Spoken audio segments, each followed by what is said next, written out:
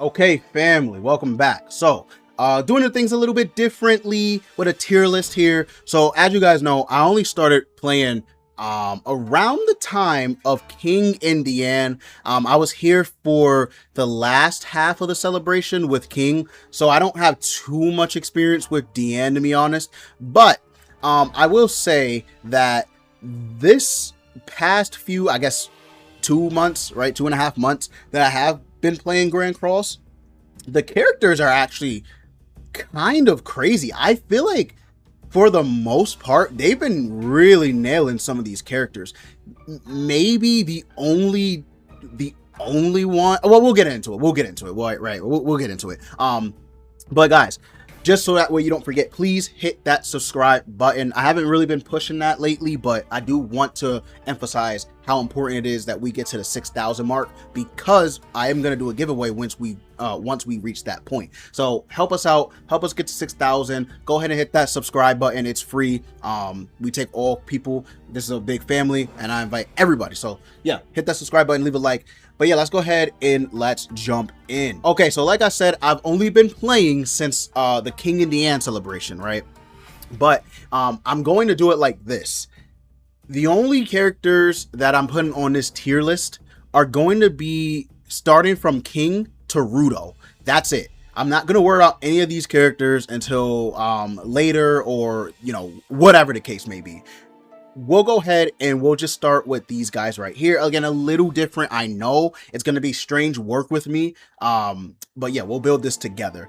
I do want to start with Gowther and Chandler. So these two, I'm just going to be straight up. Chandler, I'm actually going to put, oh, okay, so we can't do it like that. So Chandler, I'm going to put probably in B. Let's actually zoom out. Yeah, that's better. I'm gonna put him in B. I'm almost tempted to put him in C, but I think I'll put him in B. I will. I think so. So for Chandler, I'm actually gonna do that because he's not bad. He's a very good sub slot unit. His skills leave, I mean, much room to be desired, right? And his ultimate is pretty bad too. But for what he does for the demon team, it's actually pretty good. Depleting enemy ultimate move gauges once you actually defeat an enemy, increasing max HP for Meliodas for his counter, you know, decreasing the crit chance and damage dealt from an enemy's attack. It's very good. I think honestly they could have added a stance to this character, but it is what it is. And then he's increasing their defense related stats for each demon ally that lives. I think the main issue that comes with Chandler is that he is quite literally only meant to stop Meliodas. That's not a problem per se, but you can see in the moveset that they gave him, it is not like this. Cancel stances is very good, right? You have the ult depletion, which is good, but I mean, they could have easily given him a stance. They could have made this cancel stances and I don't know, and do something, right? Do another effect of something, but they didn't. So unfortunately, when Chandler comes to the front, you're pretty much dead. Even if he can cancel stances, what good is that if he's just dead? Like if he just dies, what's the point? But I don't think he's terrible or anything like that. I just think that legitimately besides this, it's like, yeah, you know, like he's good in the back. He's good in the back. And then the same thing with Gowther. I don't know if I would put Gowther above Chandler or not. I don't know. I don't know. Would I probably put him above Chandler? I mean, his skills are better. So it's kind of the reverse. His skills are better than Chandler's, I think, easily, actually, because, you know, only using rank 1 skills, pierce rate damage, this is AoE. It doesn't cancel stances, so I guess, like, you know, he can't really use that freely until Meliodas goes assault mode and doesn't have his counter up. But I think his skill set, just in general, is way better than Chandler's. Like, just being completely honest. Even though they are mid cards, like, don't get me wrong, these cards are not great. But at the very, very, very, very least, Gowther can remove debuffs, which means he can get rid of, I think he can get rid of Escanor and Merlin's, what is it, Flames of, I forget what they do when they use their unique, like the AoE unique, I forget the effect of that. So he can cleanse that. He can cleanse LR, Subaru, and Beatrice, you know, recovery disable. I mean, he has value. He increases defense related stat. He has value. I'm not gonna lie and sit here and say like he's trash. His passive, I mean his passive isn't bad. It's just, it's pretty bare bones. This is pretty good though. This is pretty good. So if you didn't know, this counts whenever the cards merge too. So if your cards are merged, or if you merge cards, you still get that HP buff. People thought, I don't know what people were thinking. I forget what they thought it did, but it ended up being way, way better than what we initially thought. And then when an enemy skill ranks are increased, it's the same thing. They get this defense related stats decrease, which is pretty damn nice, to be honest. Like, it's pretty good. So I'm gonna put him on the same tier. I mean, I guess I'd put him above Chandler just because his skills are better, maybe. I'll let you guys fight that one in the comments. But okay, we got rid of these guys. Let's go ahead and let's keep moving here. I think we'll mix it up a little bit. I think we'll actually do the collab characters, the Gachiakuta collab characters. So we'll start off. I already made a video going over them, so I don't want to spend too much time. I'm literally coming off of that video, just jumping into this one. So to keep it short and sweet, Zanka probably would be in the B section as well. I think I'll bump him up if he is specifically 6 out of 6. I think I'll bump him up. Maybe. It depends. Because he's very good. He's giving out that quarantine debuff that he gives. And then also, what else is he doing? He's depleting the ultimate move gauge. So he's doing what Chandler does already. And then he's attack disabling whenever someone enters from the secondary slot.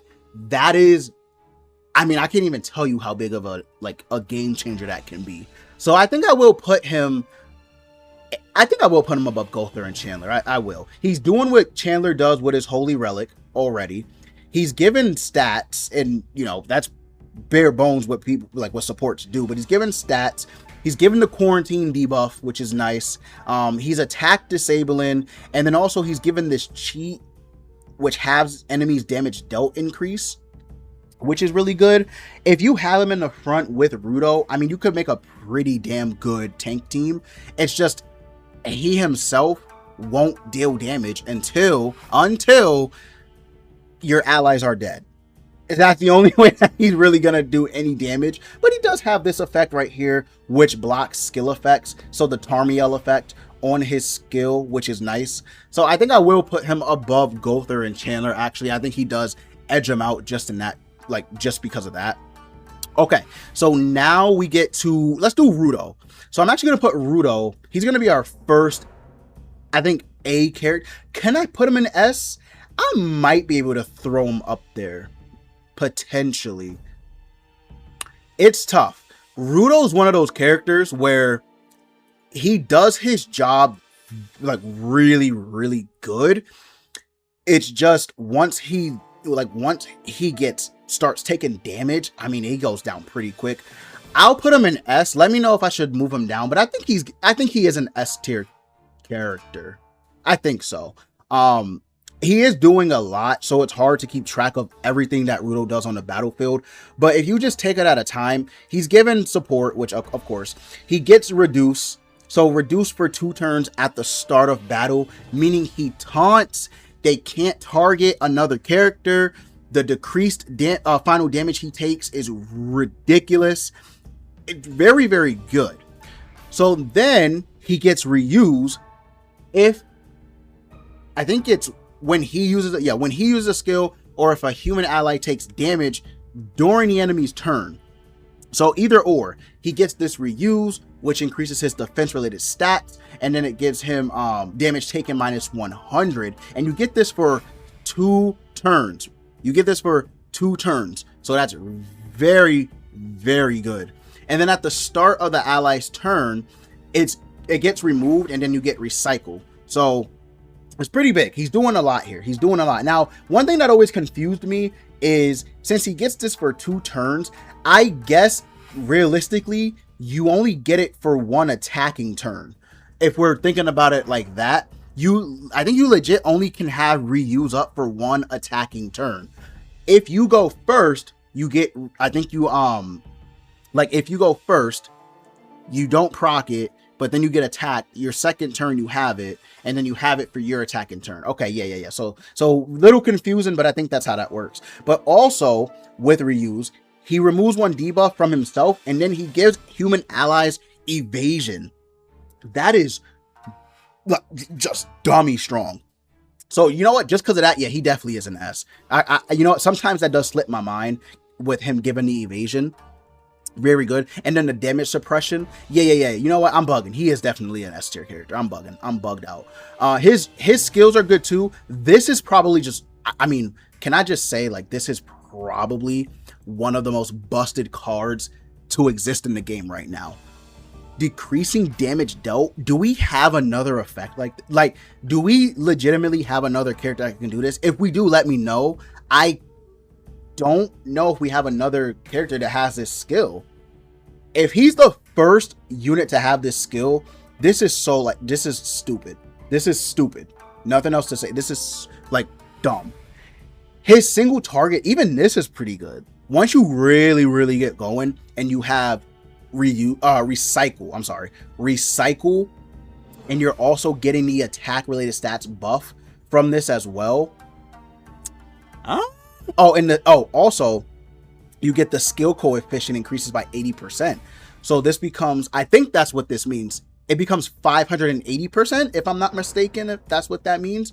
So his damage, even his damage can just go, it's skyrocket. It's crazy. So I'm putting Rudo in S. Of course, I'm going to put my boy Enjin in S. Very good character. A DPS demon. Just stupid in terms of damage. He's given out what is he doing? 6% basic stats. He's giving out pierce rate. I don't know how good a pierce rate is going to be on characters with no pierce rate effects. You know, obviously then it's not that great, but guess who has pierce rate in their skills? Escanor and Merlin. So you can run Escanor and Merlin next to him and just make their pierce rate dumb high. It's crazy. Unbreaker, very good. He has a revival. All these Gachiakuta characters with the revive is good. He's getting this drive, which just increases his pierce rate, then his overheat, and gives him additional. It's so much. It is literally so much like that he's doing. The only bad thing, I guess, is he's given 5% defense decrease. You can take that how you will. Very strong effects. Very strong pierce there, pierce here. Just an absolute juggernaut, or not juggernaut, but absolute pierce rate demon, like I keep saying. Especially when you consider this right here. He does damage dealt increases by 50% of his increased pierce rate. So once the overheat is on, he's just doing, like, I mean, the damage that he does, it's Enjin is crazy. But one thing that does suck about him, he's not doing anything with defense. He's not giving no defense at all. He's decreasing the defense. That is where you could take value away from him, right? That's where you could be like, I don't really like him because he does that. And that's absolutely fair. If he's not increasing his pierce rate, or like if he doesn't have his pierce rate increased, his damage can look a little not like terrible, but you know, just decentish damage, right? Nothing you're really gonna be like, oh my god, about. Just decent damage. But definitely a S tier character, clears all content in the game. Very strong, very dumb character. And then we have Rio. Oh, I mean, people are probably gonna be like, you're underrating her. Maybe I am, but I think I'm gonna go ahead and actually, well, I mean, it's tough. It is tough with Rio. I feel like she takes a little bit of time to get going, but once she actually does get, like, you know, get it going, she is very good. Very, very good. Not being able to take crit damage for, you know, 2 or 3 turns is super strong. She's given, obviously, the basic stats. You do need to do single target skills to get the Ripper, but I don't know if that's really going to be that much of a, you know, of a problem. So you have that. Her skills, this second, like this AoE skill, it can look good, and sometimes it can look just like terrible. You just have to get, I think, the pierce rate, but I don't know. She doesn't increase pierce rate on the second skill, so you do need allies to help increase her attack as far as that goes. But her single target cancel stances on, obviously, Nemmy Meli. You know, she's getting the pierce rate. She's doing damage dealt per each of the Ripper on. I don't think I brought that up, actually, when I did the other video going over the characters. I don't think I brought up the fact that she's doing damage dealt plus 50% for each of the Ripper on the on her when she does her single target. So that does matter. That does matter a lot, because she's gonna just proc it every single time. So when you get 3 the Ripper effects, I mean, this single target is just, it's good. Like, it's super, super good. You know, increasing HP related stats, very good. It is tough. I don't know. It's tough with her, because like with her, she's trying to, I get what she's trying to, she's trying to be a support character while being a DPS. I get it. I'm going to leave her an A. Let me know down below if I'm making a mistake. I'll let you guys decide where I put her, or where I update her the next time we do one of these. So then we have Nemmy Meli. Let's do Nemmy Meli. I mean, come on. Like, come on. Did you guys really think that there was gonna be anyone? I was gonna open up a new tab. Anyone who's gonna disagree with this? Nemmy Meli is just, for PvP. I throw my hands up and I say he is super good. He is. This is super good. Like, it's so dumb. I'm not even gonna you guys already know by now. You should know what he does. But with the counter, the single target Hellblaze effect that he does, he has the assault mode, increasing his attack stats and damage dealt. I mean, excuse me, he's making allies debuff immune for 1 turn. Shadow engulfment. I mean, the shadow engulfment, this is actually, it's funny. This actually is starting to become a little bit of an issue with the teams that they're running with Nemmy Meli. So shadow engulfment, I mean, it could, like, shadow engulfment is crazy. Like, it's starting to be a little bit of an issue. When he first dropped, wasn't that bad, you know, because you're always going to attack, you blah, blah, blah. You know, Nemmy Meli's AoE, immune to counter damage. So you're never really going to feel the effects of it when you're running Nemmy Meli against Nemmy Meli.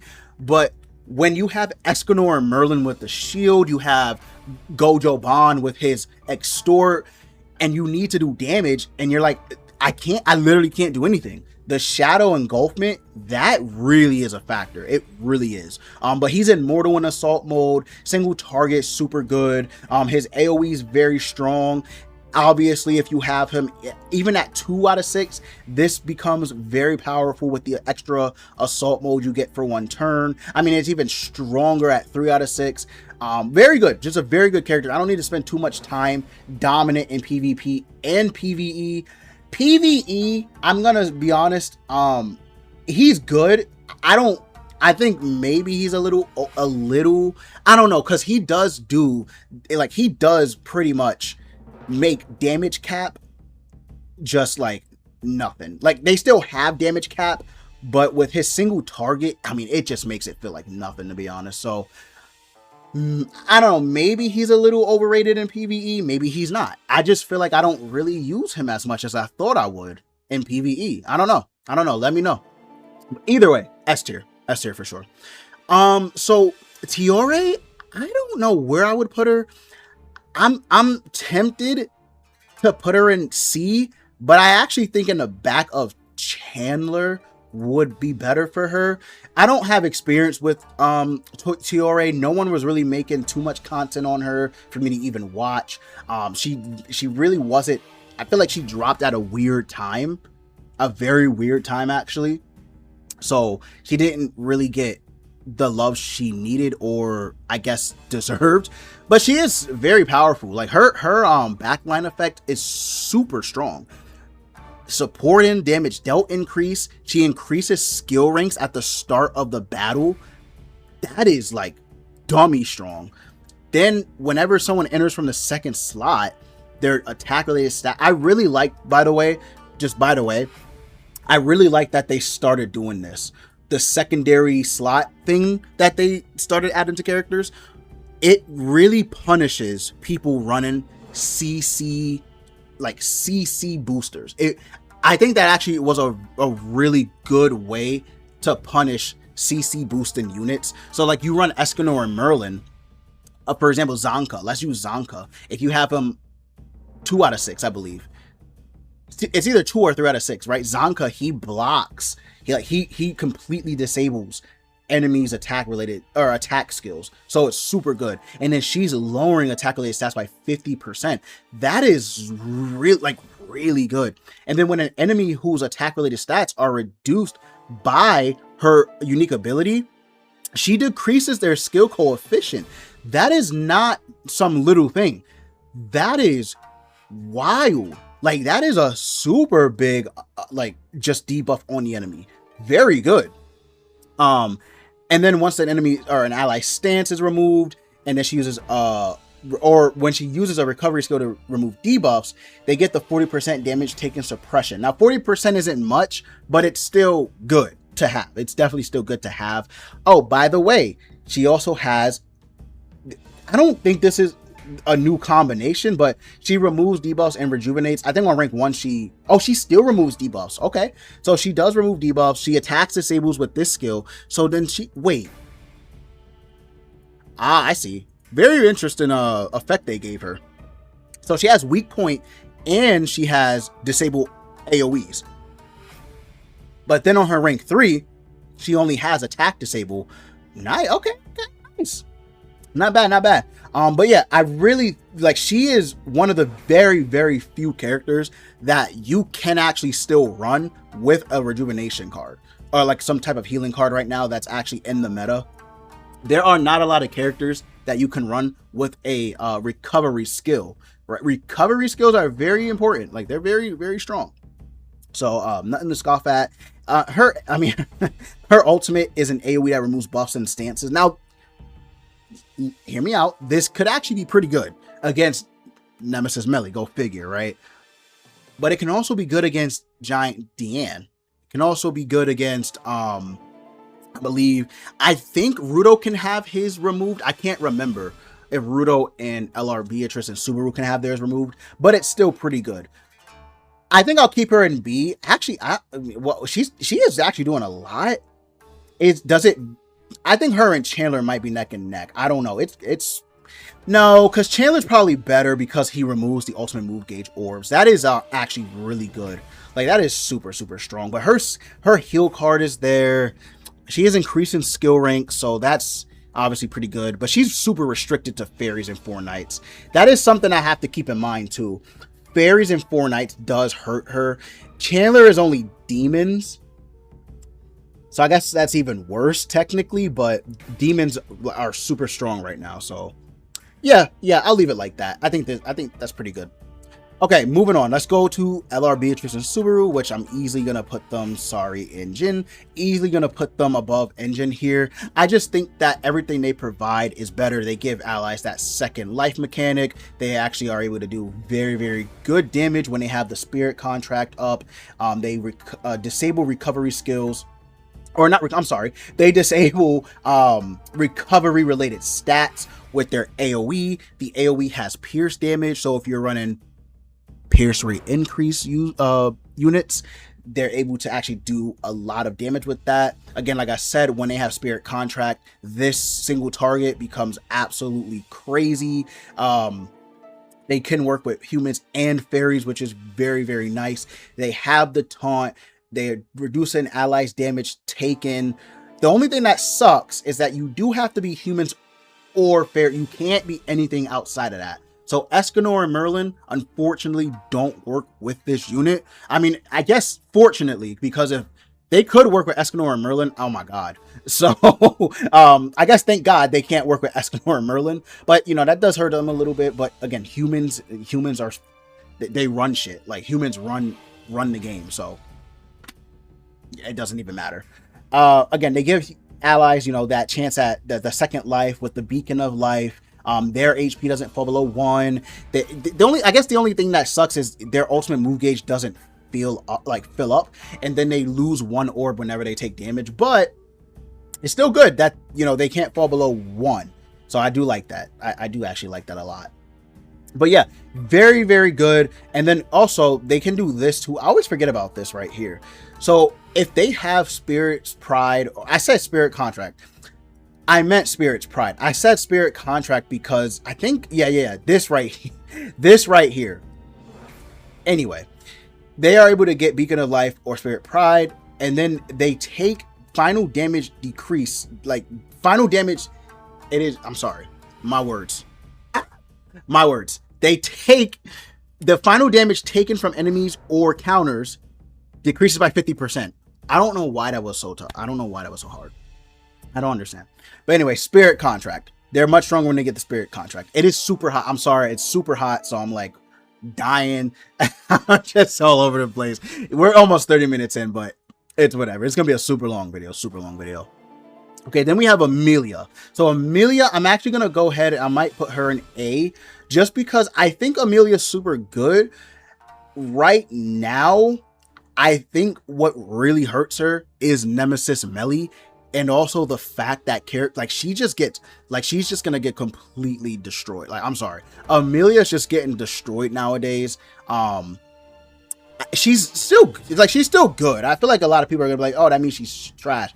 Like, she's not bad. Like, she's still very, very good. But she only works with fairies for some reason. She only works with fairies. I mean, when fairy meta is back, I guess she'll be, you know, solid. But yeah, anyway, so for each fairy ally participating in battle, that's already like, oof, like, kind of hurts her. Like, she can't really be used, which does suck, right? I mean, she's like, again, she's very good. Like, she's very good. But she is very just self-centered in the way that she works, and the fact that she does increase her own stats, by the way, because whenever she gets what is that effect called? Ice Brand Arts? Yeah, Ice Brand Arts, right? She can stack that, which is really good because her pierce rate goes up by a little bit. Like, it goes up by a little bit. So she gets that, but then once that's done, I think what does it become here? Or I think she just loses it. Yeah, she just loses Ice Brand Arts. They're like, all these characters are doing so much. It's hard to keep track. So she gets Spirit Boost whenever an enemy or a fairy ally uses a skill, which is really good. But then she gets Ice Brand Arts when the Spirit Boost is completely stacked up. So whenever she stacks up her Spirit Boost, she gets the Ice Brand Arts, which again brings up her stats a lot. And then she can freeze too if this is active on her single target. So as long as you have Ice Brand Arts, she can actually freeze on her single target. But with, like, there's units that are debuff immune, they just remove debuff. Like, it's just, I don't know if it's like super crazy or anything like that, but you know, it's still good. AoE attack, her ultimate gives her Ice Brand Arts, so that means when you use her ultimate and then you use her single, she can freeze. A lot of just a good unit, like a really good DPS unit. She can't be ignited, which, I mean, that's good. That's definitely good. I don't know which boss really focuses on ignition besides Nidhogg, but she'll be very, very good at Nidhogg. Very, very good. So we'll put her in A. Priscilla, at this point, I'm sorry, Priscilla's going in at, like, Priscilla is like, I mean, you could make an argument she could be like probably like right here. Like, you could, but I'll put her in the back. I mean, you could make an argument she's like right here. Like, you could do it. You could, but I'll put her here for just for now. So Priscilla, right? She's very strong, very good support, very good overall. Her remove buffs, her remove stance. I have a lot of experience with Priscilla, if you can't tell. She gives that extraordinary luck, which is really good with the damage suppression. She does the single target. Or not that, I'm sorry. If the hero defeats an enemy with a single target, they receive extraordinary luck, which I don't really care about that. I don't really care too much about this, but it's still good to have. The hero always deals damage with an attribute advantage and takes damage with an attribute disadvantage. So this could be very easy to overlook, right? It definitely can be. So what this means is that she's, no matter what, she's always going to be type effective, no matter what. Always gonna be type effective, but that means she's also going to be type disadvantaged pretty much, and takes damage with an attribute disadvantage. So unfortunately, you know, she's going to oh wait, no, I read that wrong. I read that wrong. Did I think I might have read this wrong. And takes damage with an attribute disadvantage. No. I think I read that right. Yeah. She's always gonna take damage. Like if she's taking damage from a green, it'll count as a blue. However, what the second part does is it decreases that damage you would take by 50%. So very confusing, but basically, just she's always in a perpetual state of being attack effective while at the same time being attribute disadvantaged. So very weird how that works. But yeah, she's supporting humans and fairies, which is really good. If she uses a buff skill to remove debuffs from allies, they get that extraordinary luck, like I was saying, the damage suppression, stat decrease immunity, that's easy to overlook too. She's also, whenever she lands or an applicable ally lands a critical hit, they gain Arrogant Flame, which increases attack related stats, which is really good for the Gachiakuta collab characters because they all care about pierce rate, and she does increase that. So it's pretty good. Pretty good. Now this only applies to her, but every time an ignite is applied to her, again, this is like a Nidhogg effect pretty much until we get someone who's ignite in the meta. Enemy skills do not result in critical strikes while an ignite effect is active. So that's really good. So basically what Survival Instinct does that Rio has, she can get it if they have ignite. Very good. And like I said, she removes buffs and stances on her first skill, and then she removes debuffs and increases all stats with her buff skill. AoE ultimate, given extraordinary luck. Very good. Oh, and the Scorching Strike, which her effect is right here too. Very good. Like just a super strong support, super strong DPS in certain aspects. And yeah, I think she definitely deserves her spot in S for sure. All right, so moving down to the final two characters. Diane, I'll be honest, I'll be the first to admit it. I don't actually have a lot of experience with Diane. Diane is one of those characters where I didn't pull her, so I don't want to go too crazy on Diane here. She is a fighter Diane, which is cool. She also is a light type, which is unique. So heals HP. Oh, so that's just her. Okay, so heals HP. So it looks like she's a giant and fairy buffer. Okay. Now, again, I don't have too much experience with her, so that's why I'm going over it. So, I do apologize. No one really uses her. No one really runs her anymore. She works for giants and fairies, so I don't know. Maybe fairies are so restricted to just fairies, though. That might be the issue. That might be. Okay.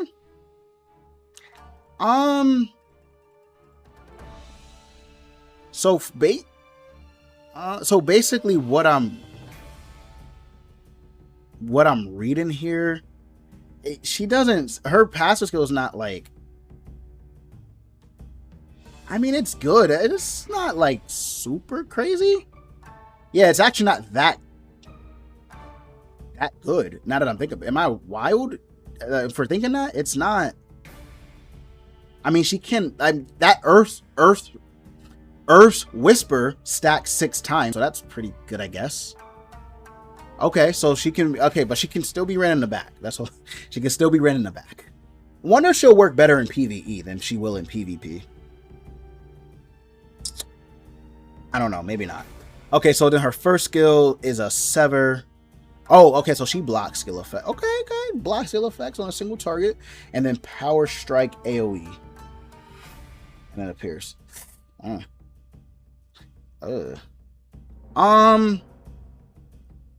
Let me know if I'm wrong, if anyone's still watching. I'm gonna put her in C though. I think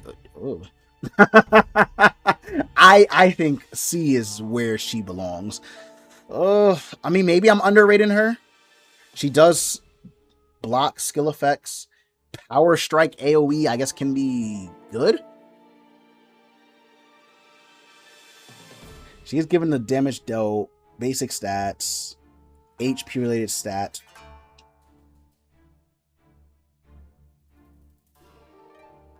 I mean,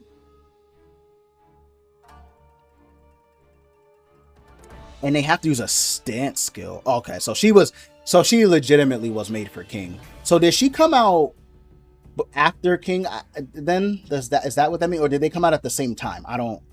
My memory's a little foggy. I can't remember that. Okay, so yeah, she definitely seems like a C. She could be a B. Let me know. She could be. And then finally we got our boy Guardian King. I really wish that I had Guardian King, because he looks like a fun character to use. Obviously he's not as dominant as he was when he first dropped, but he does seem like he'll be a fun unit to use. I don't know. Definitely seems like he's a unit that can he's also a light type. Okay, I didn't realize that. So it does definitely seem like he's a unit that people will still get use out of maybe in a couple months for sure, because he has this stance. He becomes immune to debuffs. He taunts, right? He does damage based on HP like that he loses. So the more HP he loses, the stronger his counter. He does damage based on max HP for his single target. So if people are the only thing that's gonna suck is if, you know, he relies on crits.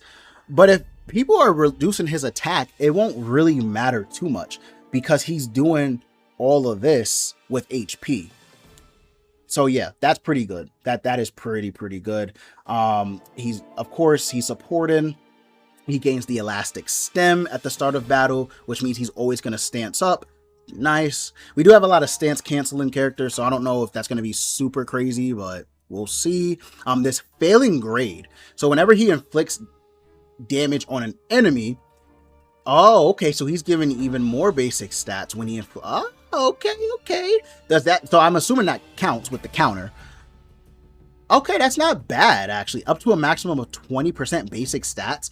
So he can give out a max 27% basic stats. That is... Oh, and then... Oh, okay. And then he increases the damage taken when they get the failing grade. That's why he did so much damage when he first... Okay. If the hero inflicts damage using a single target, one skill is depleted from the target. Oh, deleted from the target. Oh.